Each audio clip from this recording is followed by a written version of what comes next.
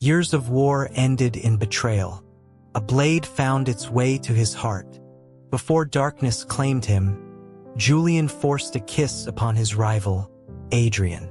He wanted Adrian to remember him forever. Then he awoke 10 years in the past.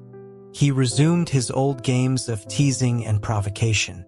He enjoyed watching Adrian's cold, restrained face. One night, Julian was drunk in a tavern. He loudly called Adrian a stiff, boring man. He shouted for a woman to ease his frustrations. The next time he awoke, he was bound to a bed. A thin sheet covered his body. Adrian leaned over him, his voice a low growl. He asked if Julian enjoyed the insults. He wondered if Julian still wanted someone else. Julian's heart hammered against his ribs. Adrian remembered their past life too. Rain lashed down on the battlefield. Julian knelt in the mud, exhausted.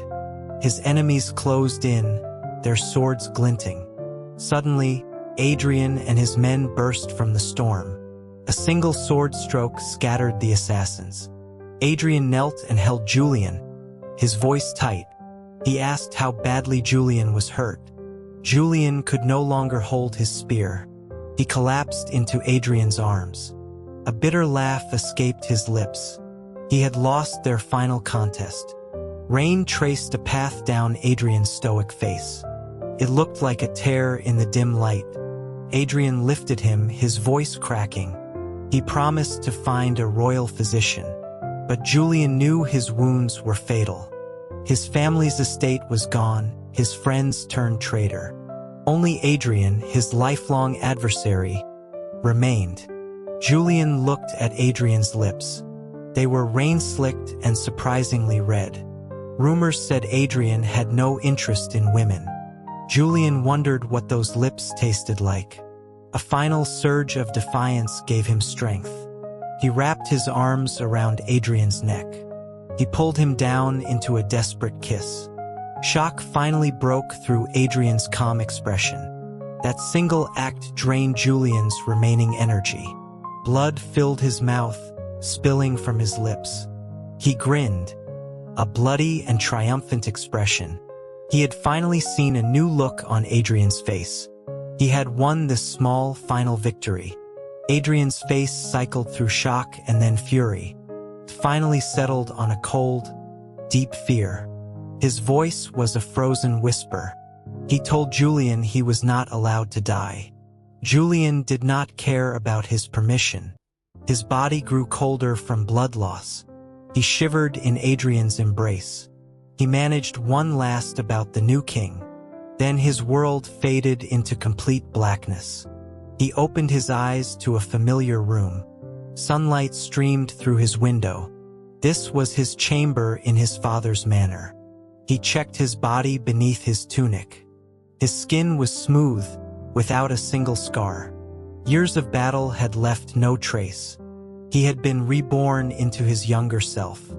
His mother entered, her smile bright and warm. She said his breakfast was ready for him. Tears welled in Julian's eyes. In his last life, his father was executed. His mother died from grief soon after. He had dismissed the staff of the Grand Manor. He faced his enemies completely alone. He fought for a prince who later betrayed him. All his youthful loyalty had meant nothing. He swallowed hard, fighting back the tears. He asked his mother what year it was. She looked at him with concern. She touched his forehead, checking for a fever. He laughed and gently took her hand. He claimed he was just groggy from sleep. She sighed, her expression fond and exasperated. She wondered when he would finally grow up. It was the 35th year of King Alistair's reign. In 2 months, the Northern War would begin. His father would lead the army into a trap. Julian knew he had to prevent that tragedy. His mother's sharp tug on his ear broke his thoughts. She playfully scolded him for dawdling. He quickly dressed and prepared for the day. Prince Marcus greeted Julian with a warm smile. Julian was still the prince's study companion. In the past, he hated these lessons. He would daydream or get into fights. Marcus had always defended him. He had even taken punishments for Julian. Julian once thought they were the best of friends. The memory of his execution soured that thought. He saw the hypocrisy behind the prince's smile. Julian gave a curt nod and walked past him. Marcus simply shook his head, assuming it was a mood. Adrian stood at the lectern, his voice clear and steady. His words were precise and full of logic. Julian found his eyelids growing heavy. A sharp voice called out his name. The sound made Julian jolt upright. Adrian stood before his desk, his face impassive. But Julian's mind flashed to their last moment. He remembered the feel of Adrian's lips. He found them surprisingly soft for such a stern man. Julian propped his chin on his hand. A mischievous smile touched his lips. He asked the Lord Advisor what was wrong. Adrian was the king's younger brother. He was only 23 years old.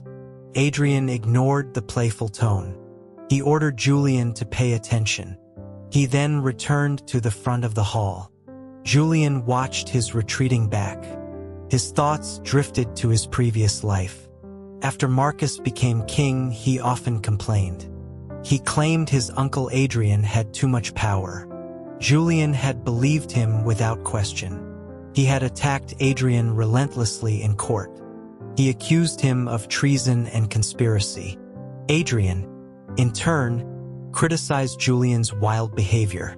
He hated Julian's frequent visits to taverns. They were like fire and ice in the royal court. Julian now understood he had been a weapon. Marcus used him to weaken Adrian's influence. But that final kiss was worth it. It was enough to haunt Adrian for a lifetime. A nudge from his side broke his reverie. A fellow lord's son slid a book to him. He whispered it was the latest popular novella. The title read The Duke and His Runaway Bride. Julian was bored, so he began to read. He found the scandalous story quite amusing. He thanked his friend, promising to return it. He was lost in the pages. He missed the snickers from his classmates. The book was suddenly snatched from his hands. Adrian stood over him once again. He suggested Julian read the story aloud. Marcus quickly rose to Julian's defense. He pleaded with his uncle to forgive Julian. In his past life, Julian would have been grateful. Now he took the book without hesitation. He began to read in a loud, clear voice. The next morning, Lord Valerius awoke alone. His voice echoed in the silent hall. He knew Adrian wanted to embarrass him, but 2 lifetimes had given him thick skin. Julian, you are a disgrace to this court. Adrian's voice was filled with anger. He turned and stormed out of the hall. Julian watched him go with a private smile. Adrian had told him to read it. Then Adrian got angry when he did. The man was more difficult than the story's heroine. After the lesson, Marcus stopped him. He mentioned the royal hunt the next day. He playfully asked Julian to go easy on him. Julian was a poor scholar but a master marksman. His father was the kingdom's greatest general. Julian promised the prince he would show mercy. He had no intention of keeping that promise. The next day, the hunt began. Julian rode ahead, deep into the royal woods. His path was soon blocked by a group of riders. He recognized their leader, Lord Harrington's son. They had been rivals for many years. Harrington was never a match for him. Julian disarmed them all with little effort. He rode away, leaving them in the dust. As expected, he won the day's contest. Marcus congratulated him with a warm smile. He said the victory was no surprise. In his past life, Julian thought his praise was genuine. Now he watched the prince's eyes closely. He saw a flicker of envy hidden there. Harrington's ambush was likely Marcus's idea. The king praised Julian for his skill. He awarded him a fine southern stallion. He also gave him a single perfect red rose. The flower was pinned to his coat. Julian accepted the prize. He then walked over to Adrian. He bowed and offered the rose to him. He said it was a gift from a humble student. The entire court fell silent. Even the king watched with amusement. Surprisingly, Adrian took the flower. He gave a slight nod. He thanked Julian for the thoughtful gesture. This was not the reaction Julian expected. Later that night, his father was furious. He chased Julian around the manor with a training stick. He called him a disrespectful brat. Julian hid behind his mother for protection. He protested that Adrian had praised his gift. His father was not convinced. During the next lesson, Julian paid attention. He watched Adrian at the front of the hall. His gaze fell on the hand holding a scroll. That was the same hand that took the rose. The flower was a perfect match for Adrian. It was elegant but with a vibrant, bold color. Their eyes met across the room. Julian offered him a well-behaved smile. He silently mouthed the words, "I am listening." Adrian paused for a moment. He gave a slight nod before looking away. Julian always felt the urge to tease him. He wanted to break that calm exterior. An idea suddenly sparked in his mind. He recalled a line from a famous love sonnet. After class, he approached Adrian's desk. He asked if Adrian enjoyed the rose. He paused, watching for a reaction. Adrian's face remained a polite mask. Julian continued, reciting the old poem. A knight gives his lady a rose, a token of his heart. He emphasized the word, rose. He failed to notice the tension in the room. His classmates were trying not to laugh. He felt very sophisticated in that moment. Adrian had always called him a crude soldier. Now he was a man of culture. Adrian's grip on the scroll tightened slightly. He looked up, his gaze fixing on Julian. There was a hint of resignation in his eyes. He instructed Julian to copy the original sonnet 100 times. Julian's smug smile faltered. He complained that he gave Adrian a flower. In return, Adrian was giving him a death sentence. The room erupted in laughter. His friends explained his mistake. The poem was about lovers. The original flower was a lily, a symbol of purity. His bold red rose sent a very different message. Julian slumped into his seat, his face burning. But when he looked up, he saw it. A faint, almost imperceptible smile in Adrian's eyes. He had never seen Adrian smile before. It made him look even more handsome. The northern armies invaded. This was the war where his father had died. Julian begged his father to take him along. The old general finally relented. On his last day of lessons, Adrian stopped him. His voice was flat, but held a hidden tension. He warned Julian that the battlefield was dangerous. Julian was surprised by the show of concern. He quipped that Adrian would have some peace now. Adrian's throat moved, as if swallowing words. He simply said, "Return safely." A strange feeling stirred in Julian's chest. He gave a loud, affirmative reply. He turned and left quickly. He did not hear Adrian's quiet whisper, "I have never found you bothersome." On the battlefield, he fought beside his father. Together, they turned the tide of the war. They achieved a great victory. The king held a grand banquet to celebrate their return. Julian had not seen Adrian for months. He saw a new emotion in Adrian's eyes now. It was something he could not understand. Adrian raised a goblet to him from across the hall. Julian returned the gesture. A great weight finally lifted from his shoulders. He drank more than he should have. He told his father he needed some fresh air. He walked out into the palace gardens. He remembered this time in his past life. He had been so alone in his family's empty manor. Now his parents were alive and well. The thought made his eyes sting. Suddenly, he felt eyes on him. The stare was so intense it was unnerving. He walked toward the source but found no one. He was far from the noise of the banquet. The gardens were dark and silent. His mind, clouded by wine, felt even foggier. He stumbled and felt a hand steady him. Something soft pressed against his lips. He licked it, tasting something sweet. Then his mouth was forced open. A tongue invaded, exploring with confidence. He strained to see his attacker in the dark. A hand covered his eyes, blocking his vision. After what felt like an eternity, the kiss ended. He whispered, "Who are you?" There was no reply. The hand left his eyes. The person vanished into the night. He vaguely remembered stumbling back to the feast. The next morning, his head ached.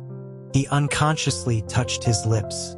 He could almost feel the ghost of last night's warmth. He wondered if it was a palace made with a crush. But the person had been strong and skilled. The kiss had been soft yet demanding. It reminded him of the kiss with Adrian, that final, desperate act in his past life. It had felt just like this. The Gilded Griffin was the city's finest tavern. The food and wine were legendary. Julian's friend complained about Adrian's mood. He said the Lord Advisor was even colder than usual. The wine had loosened Julian's tongue. He began a long rant about the man. He called him an old-fashioned, rigid bore. He said even looking at him was stressful. He complained about being forced to read the novella. He said Adrian had the temper of a spoiled princess. None of his friends dared to agree. They feared the words getting back to Adrian. But Julian, fueled by alcohol, felt bold. The memory of that anonymous kiss surfaced. He felt a foolish desire to experience it again. He slammed his fist on the table. He demanded they bring him the prettiest girl. His friends laughed and cheered him on. They teased him about finally giving up his virtue. He stumbled toward a private room. A pleasant scent filled the air. He saw a silhouette behind a screen. He grinned and lurched toward it. "Hello, beautiful. Give me a kiss." Then the world went black. He fainted. He awoke tied to a bed. He was wearing only a thin linen shirt. His body was exposed and vulnerable. He felt weak, his muscles aching. He struggled uselessly against the ropes. He was both terrified and furious. He tried to sound commanding, but his voice trembled. "Untie me right now. You will regret this." The door opened and a figure walked in. Julian looked up. It was Adrian. "You," he whispered, shocked. Adrian's face was dark with anger. He walked to the bed and leaned over Julian. He gripped Julian's chin, his voice a low growl. "Excellent, Julian. I never knew you thought so little of me." Julian's heart seized. He tried to backpedal. "My lord, I was drunk. I spoke foolishly." Foolishly? Or honestly? Adrian's eyes were red-rimmed. His grip on Julian's jaw was surprisingly gentle. "If that is how you feel, why did you kiss me? Since you kissed me, why are you looking for women?" Julian froze. Wait, when had he ever kissed Adrian? Not in this life. Unless he was reborn too. Julian was certain Adrian had been normal before the war. The change must have happened in recent months. He was lost in thought. Seeing his silence, Adrian's hand moved lower. It slid beneath the thin shirt. His touch sent shivers across Julian's skin. His hand moved dangerously close to a private area. Julian quickly spoke. "Lord Advisor, I don't know what you mean. I have never kissed you." He had to deny it. Adrian suddenly bent down and captured his lips. The kiss was deep and overwhelming. Adrian's tongue swept into his mouth. Saliva trickled from the corner of his lips. He struggled, but the ropes held him fast. Just as he felt he would suffocate, Adrian pulled away. Julian gasped for air, his mind reeling. "Wait, This feeling was intensely familiar. The touch, the scent, the taste. It was identical to the kiss in the garden. "You were the one in the garden," he blurted out. Strangely, he felt no disgust. He even wanted to savor the memory. Had he truly become a man who desired other men? A smile broke through Adrian's icy expression. It was like watching a glacier melt. "I thought you would pretend to have forgotten." Julian mentally cursed himself.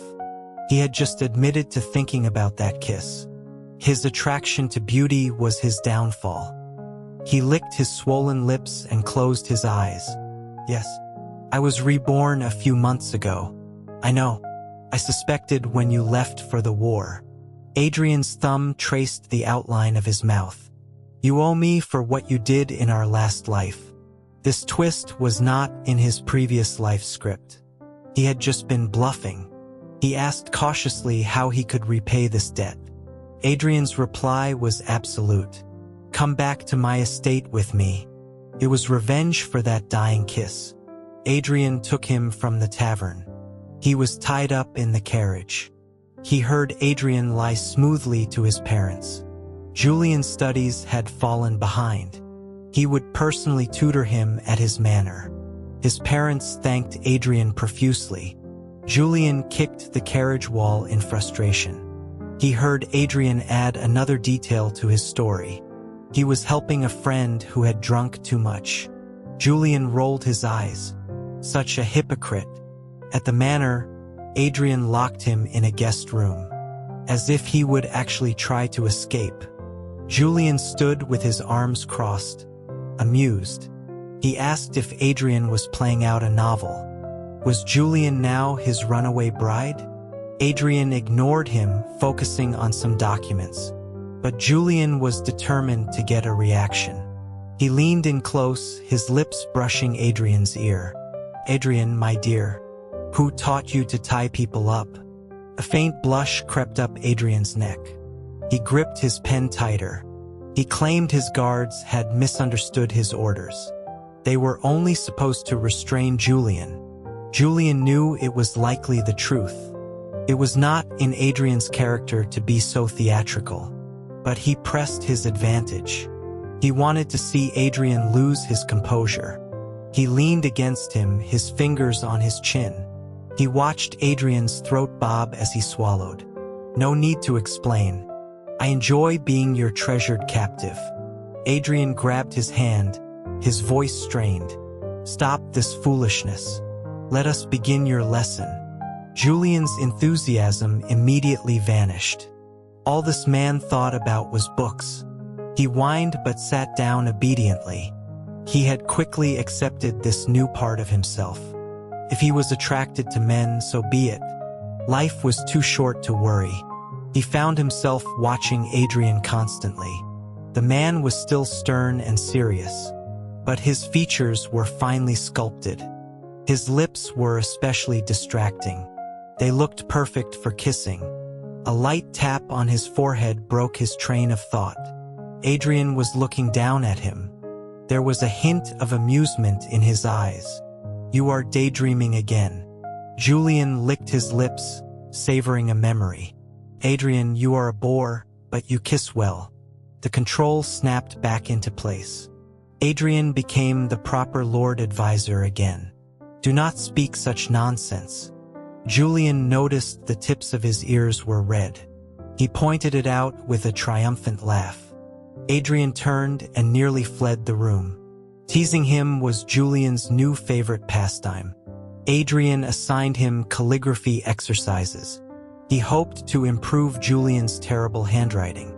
Julian doodled on the parchment. Bored. He suddenly felt a familiar stare. His training made him sensitive to such things.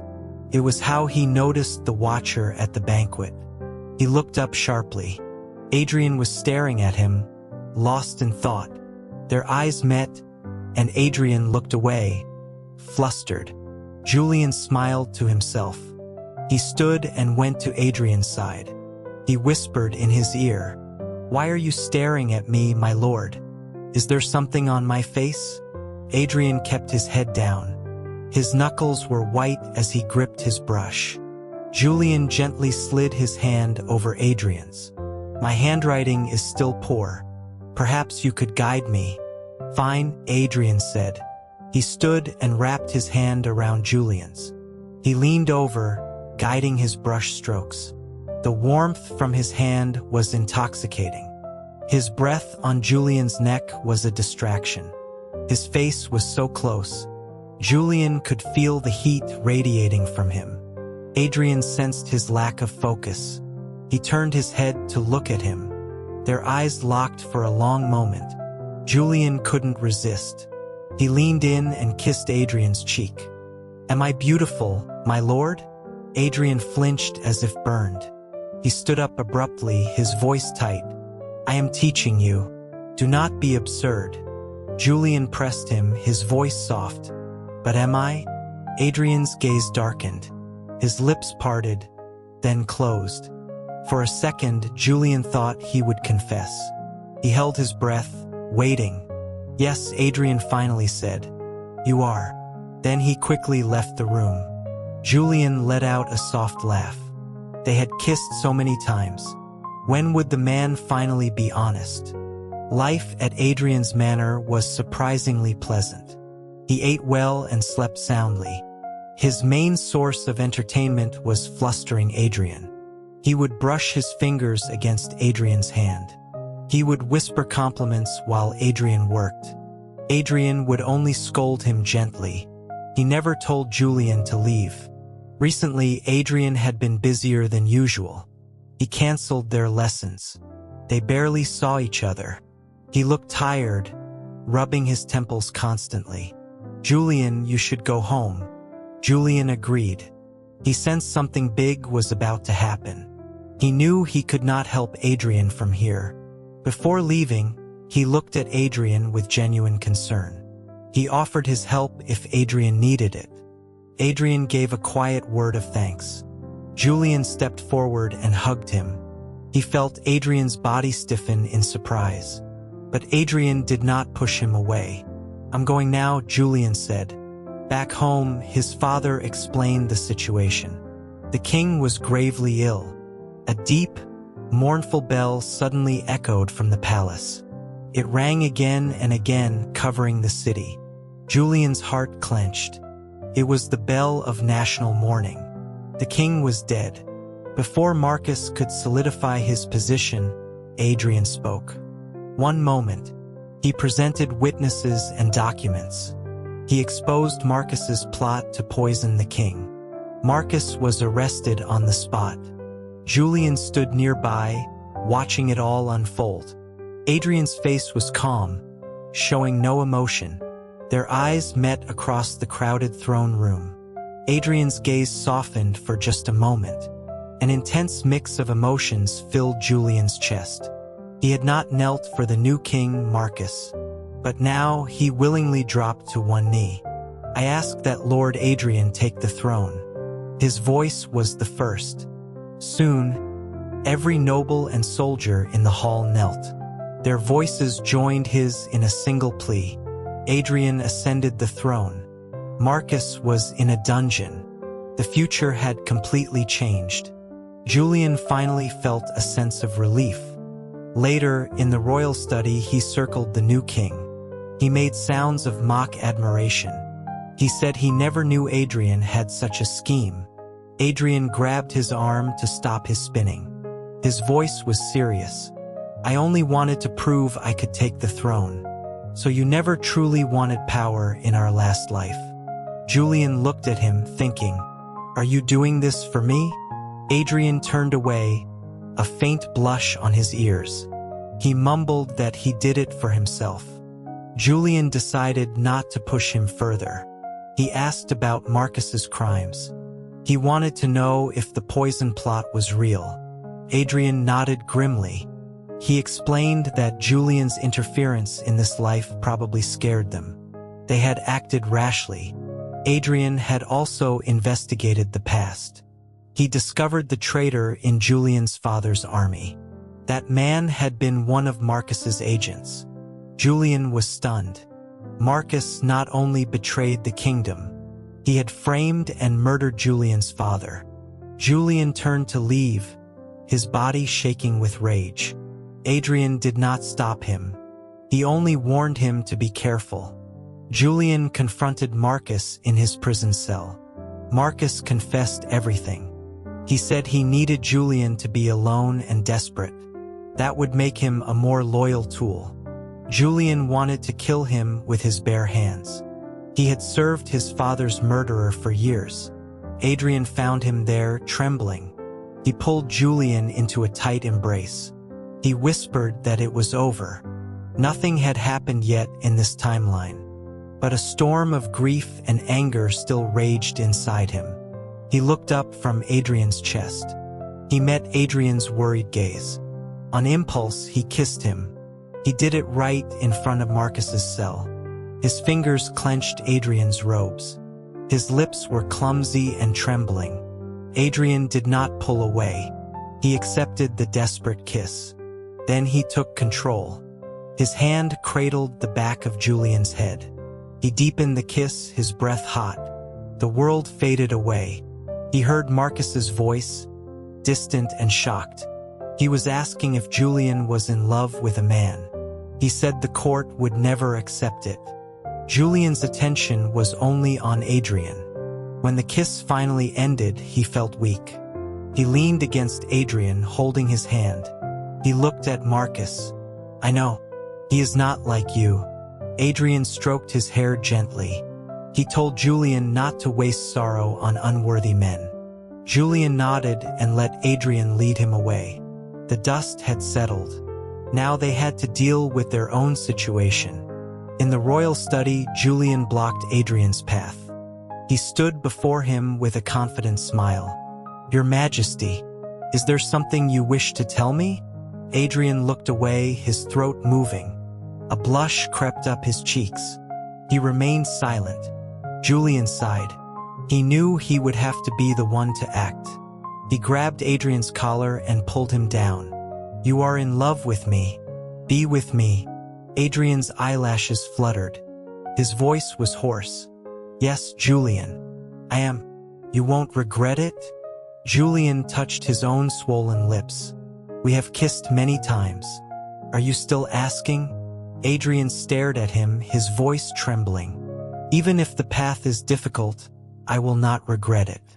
Julian's playful expression vanished. He spoke with solemn sincerity. "Neither will I." That promise seemed to break something inside Adrian. His arms around Julian's waist began to shake. His whole body trembled. He buried his face in Julian's neck. "You don't know what it was like for me." Julian knew he meant the years after his death. Seeing him so broken filled Julian with regret. He shouldn't have kissed him like that. It was a cruel and selfish act. He had wanted Adrian to suffer with his memory. Now he saw the depth of that cruelty. He patted Adrian's back, his own eyes burning. He opened his mouth, but sorry felt useless. Adrian looked up, his eyes full of a fierce possessiveness. "I don't want your apology. I want a lifetime with you." Julian hated seeing him in such pain. He gently pushed up the corners of Adrian's mouth. "You look better when you smile." Adrian sighed and pulled his hands away. "I will spend my life making up for the past." Julian was given an official post in the army. His father was still alive and well. He did not need to go to the front lines yet. He was shocked that he still had to study. Adrian set up a desk for him in the royal study. Julian complained loudly. He was an officer now, not a schoolboy. A barely hidden smile touched Adrian's lips. He explained that Julian had missed much schooling. Julian protested that he was a soldier, not a scholar. His protest was met with silence. Adrian was already focused on his documents.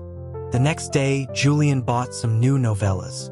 He hid one inside a history book. Its title was intriguing, A Portrait of Knightly Pleasures. He assumed it was an artistic book of paintings. He opened the first page. He saw two naked figures in a compromising position. Heat rushed to his face. This was pornography. He glanced at Adrian, who was deep in his work. Adrian looked up, sensing his gaze. He asked if Julian was confused by his reading. Julian stammered that everything was fine. He tried to appear studious, but he was a young man full of vigor. He shifted uncomfortably in his seat. The book was snatched from his hands again. This was far more embarrassing than the last time. Adrian read the title aloud. Portrait of Nightly Pleasures. Realization dawned on him. He dropped the book as if it were on fire. His pale ears turned a brilliant shade of red. Shameless, he hissed. His reaction chased away Julian's embarrassment. He leaned closer to Adrian. My dear king, have you never seen such drawings? How will you ever perform your duties with me? Adrian's eyes darkened with a sudden fire. We could test that theory now. The heat from the book returned to Julian's body. He stood on his toes and kissed Adrian. Teach me, my king, he whispered against his lips. In the next second, he was swept into a fierce embrace. The scent of sandalwood filled his senses. Adrian's mouth was hungry, demanding. Julian felt breathless. He tapped Adrian's back, a signal for air. Adrian pulled away, his breathing ragged. He traced Julian's swollen lips. Do you still dare to be so bold? Julian wrapped his arms around his neck and grinned. I will always dare. Years passed. Julian was now a man grown. In his past life, his parents were long dead. He had no one to give him his formal name. This time, they were both here. On his 20th birthday, his father named him. He called him Tempest. May you have the storm's power and the ocean's wisdom. Tears filled Julian's eyes. His father understood his destiny. That night, he snuck into the palace. He climbed through Adrian's window. It was a familiar, well-practiced route. Adrian looked up from his desk with a sigh. The door was unlocked. Why the window? Julian rubbed his hands together with a wicked grin. This way feels more like a secret affair. Adrian rolled his eyes, but it lacked any real anger. My beautiful king, I have come for you.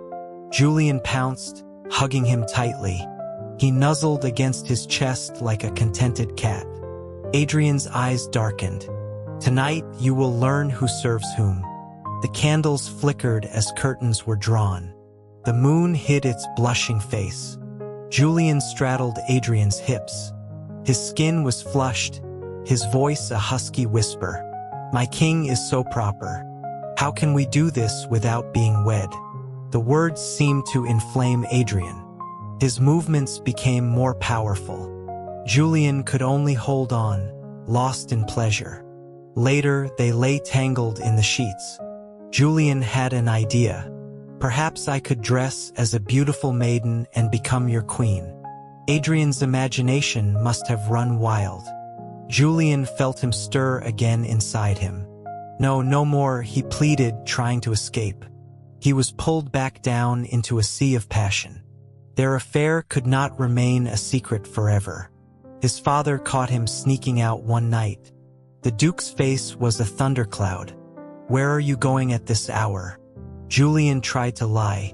He claimed he was meeting friends, but his father saw through it.